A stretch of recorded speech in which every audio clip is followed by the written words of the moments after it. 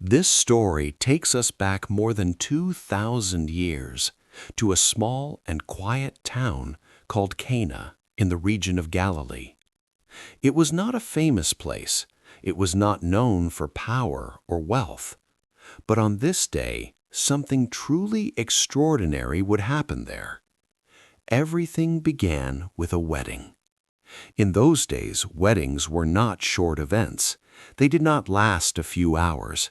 They lasted for days. It was a time of joy, music, laughter, and celebration.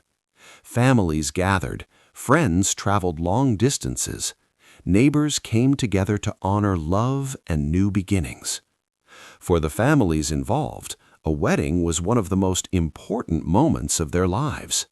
And on this special day, Jesus was invited. His mother Mary was there, and so were his disciples. At that time, Jesus had not yet begun performing miracles. To most people, he was simply a kind and thoughtful man, a teacher, a carpenter from Nazareth. No crowds followed him, no fame surrounded him, no one expected anything remarkable to happen. The celebration continued. The music played, the guests laughed and talked. But behind the smiles, a problem began to form.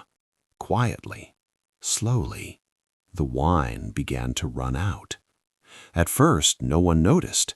There was still laughter, still movement, but then the jars were empty. The wine was gone. Not low, not nearly finished, completely gone. Today, this might seem like a small inconvenience, but in those days, it was far more serious. Running out of wine at a wedding was a disaster. It brought shame upon the hosts. It damaged the family's honor. People would remember it. They would talk about it for years. What should have been a joyful memory could turn into a lasting embarrassment. And the celebration was not even over yet. As the problem spread quietly among the servants, Mary noticed. She saw the concern. She understood the seriousness. But she did not panic. She did not raise her voice. She did not draw attention to the problem. Instead, she turned to Jesus, and she said only this: "They have no more wine." It was a simple sentence, calm, measured. But Mary knew her son. She knew who he was, even if no one else did. She believed he could do something, even if she did not know how. Jesus looked at her and replied, "Dear woman, why do you involve me? My time has not yet come." To anyone listening, it might have sounded like a refusal, but Mary did not argue. She did not try to persuade him. She did not ask again. Her faith was quiet. She simply turned away and spoke to the servants. "Do whatever he tells you." Nearby stood 6 large stone jars. They were used for ceremonial washing. Each one could hold 20 to 30 gallons of water. They were heavy, cold, empty. Jesus said to the servants, "Fill the jars with water." The servants obeyed. They carried water again and again. They poured until the jars were completely full, all the way to the brim. Then Jesus said something unexpected. "Now draw some out and take it to the master of the banquet." The servants hesitated. They knew what was in those jars, water, but they obeyed.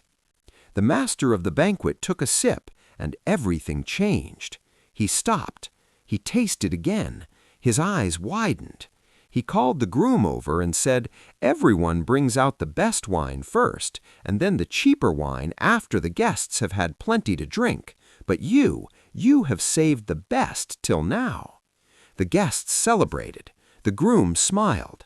But only a few people knew the truth. Only the servants. Only Jesus' closest followers. The water had become wine, and not just any wine, the finest wine of the entire celebration. This was Jesus' first miracle.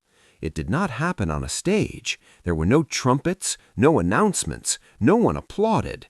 It happened quietly, in a small town, at a simple wedding, Yet its meaning was powerful. What began as a moment of potential shame ended in overflowing joy. And it all started with quiet trust. Mary did not know how the problem would be solved. She only believed that it could be. This moment marked the beginning of signs, the beginning of belief. That day in Cana in Galilee was not the end. It was the start of something much greater. This, the first of his signs, Jesus performed at Cana in Galilee. He revealed his glory, and his disciples believed in him. John chapter 2, verse 1.